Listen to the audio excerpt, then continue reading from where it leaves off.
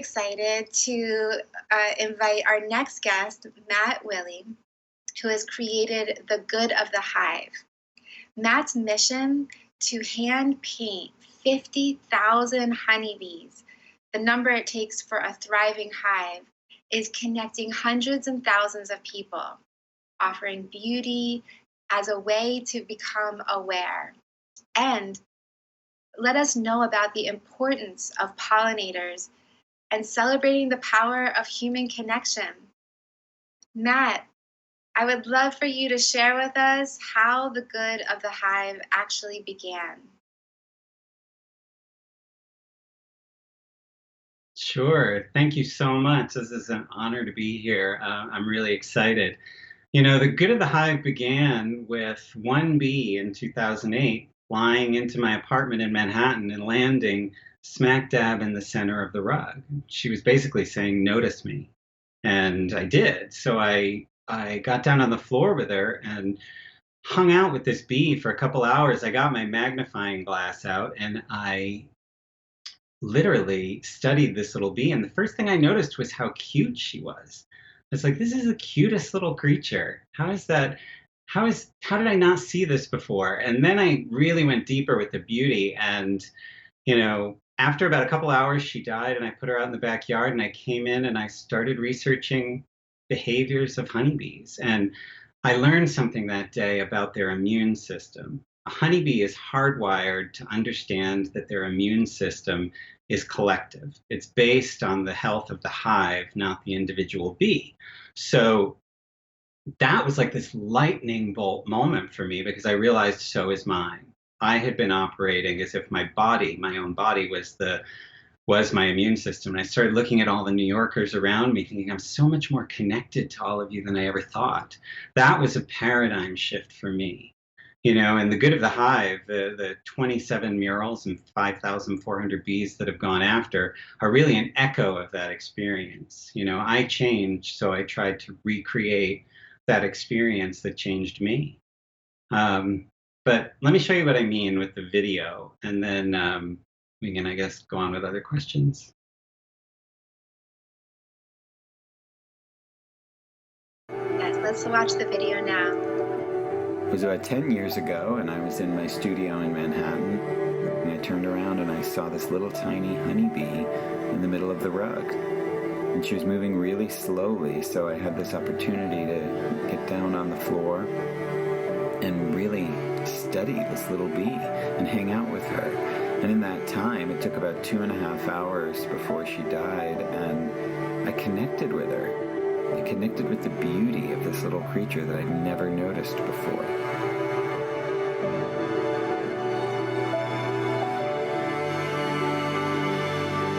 And it's really how this whole story began.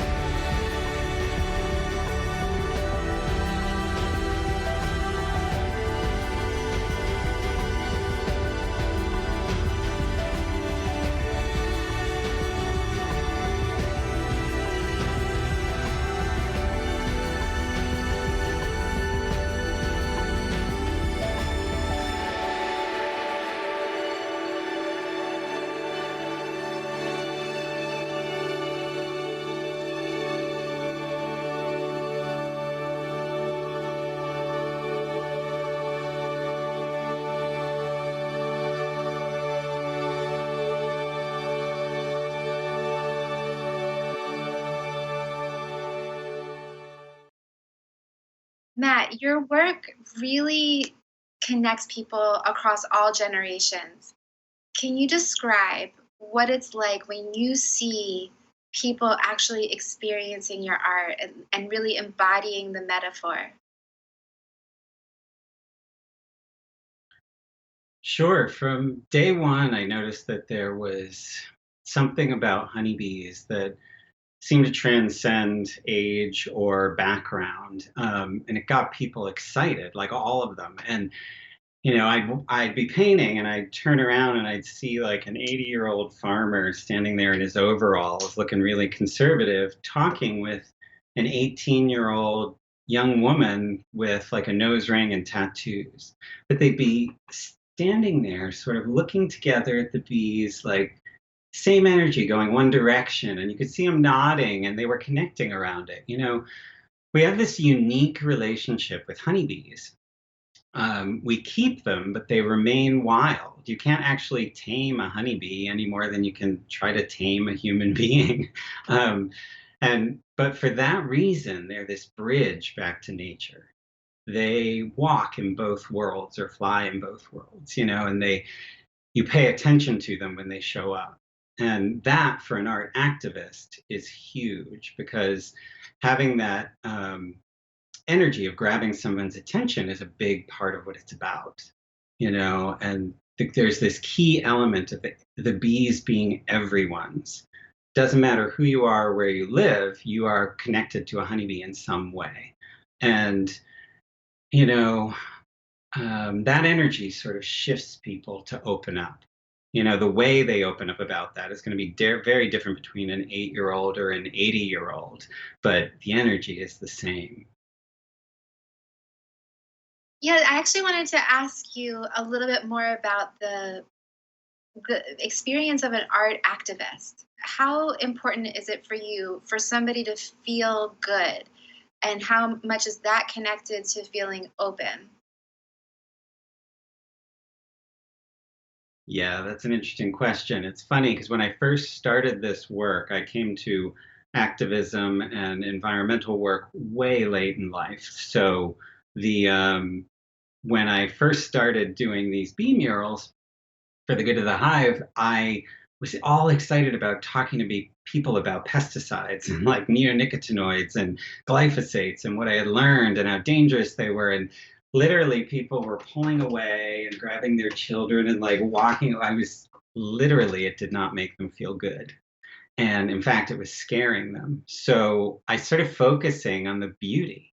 I started focusing on the how I was looking at a pollinator as something beautiful. And, what people find beautiful or precious, they love. And what we love, we save. So that sort of became my mantra with the work, was to lean into that aspect rather than trying to like grab attention in that way. I was going for a more gentle thing. And, I don't try to change people. I actually don't think that's really possible. I try to inspire them to connect with something in themselves.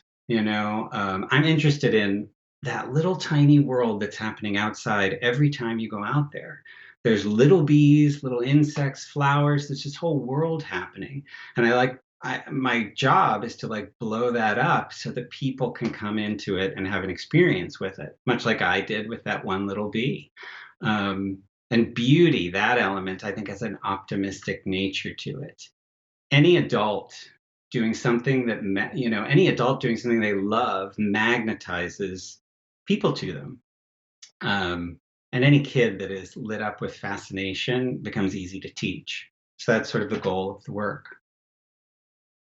Beautiful. I love it. And I am really appreciate that you came onto the program. And I know that a lot of people want to continue this conversation with you and be part of the hive. So I think that you've made yourself available on Instagram and Twitter so that you'll be answering questions and comments. And it's at Good of the Hive on Twitter and at The Good of the Hive on Instagram.